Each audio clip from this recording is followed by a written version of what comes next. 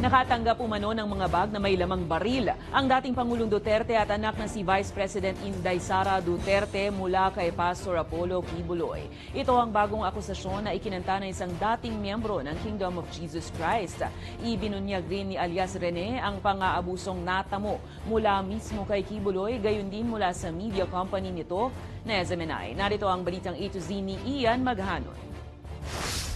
Idinawit ng isang nagpakilalang dating miyembro ng Kingdom of Jesus Christ Church ang mag-amang former President Rodrigo Duterte at Vice President Inday Sara Duterte. Sa gitna yan ng kontrobersya at umano'y iligal na mga aktibidad ng naturang religious group. Sa Glory Mountain po, pag dumadating po si Kibuloy, sakay ng chopper, may dala po siyang mga malalaking bag na laman po ay mga iba't ibang uri ng baril. Minsan po pumupunta din po doon si former President Rodrigo Duterte at former Mayor, Davao Mayor Sara Duterte. At pag umaalis na po sila doon sa Glory Mountain, dala na po nila yung mga bag na siya pong bag na nilalagyan po ng mga baril.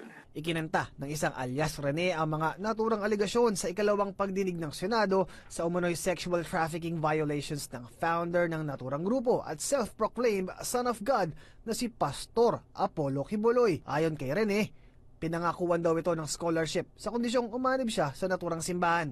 At para daw kami ay maligtas sa aming mga kasalanan.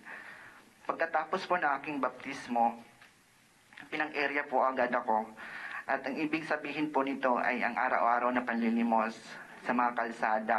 Bukod sa sapilitang pagpapalimos na may 3,000 pisong arawang kota, pinagtatrabaho rin umano ito ng walang bayad bilang researcher ng SMNI News noong 2021. 8 a.m. to 4 p.m. po yung duty ko sa newsroom. At 6 p.m. to 11 p.m. naman po ako namamalimos.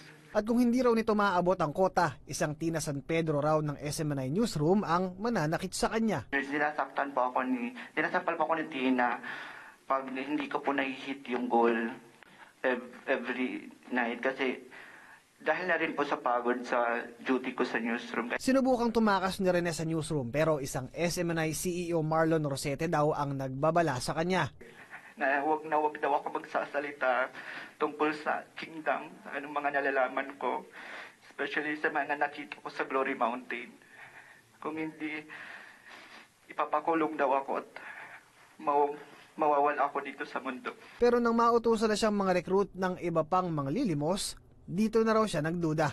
Nagigilty po ako na mag-recruit ng iba pang mga kabataan. Gusto ko na pong umuwi sa amin, pero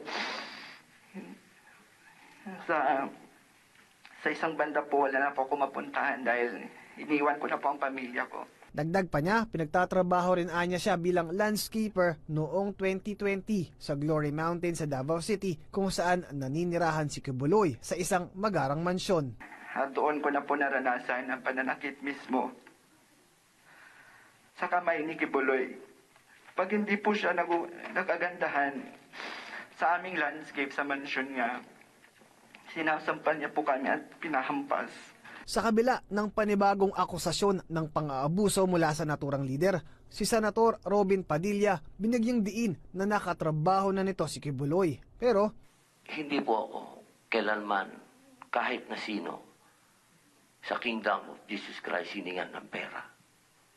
Not even once. Sa ngayon, opisyal nang nag-issue ng subpoena ang Senado laban kay Kibuloy. 2 beses na rin daw kasi dinedma ng pastor ang imbitasyon ng mataas na kapulungan para maimbestigahan ang umunoy human rights abuses nito. Unang 2 pagdinig pa lamang, ang bigat, ang timbang ng mga testimonya na nagko-corroborate pa sa isa't isa at mga ebidensyang hinaharap ng ating mga victim survivors laban kay Kibuloy. Itatakda pa ang susunod na schedule ng pagdinig sa kaso ni Kibuloy sa oras na makumpirmang natanggap na ng pastor ang subpoenang ipinadala sa mansyon nito sa Davao City. Para sa Balitang A to Z, Ian Maghanoy.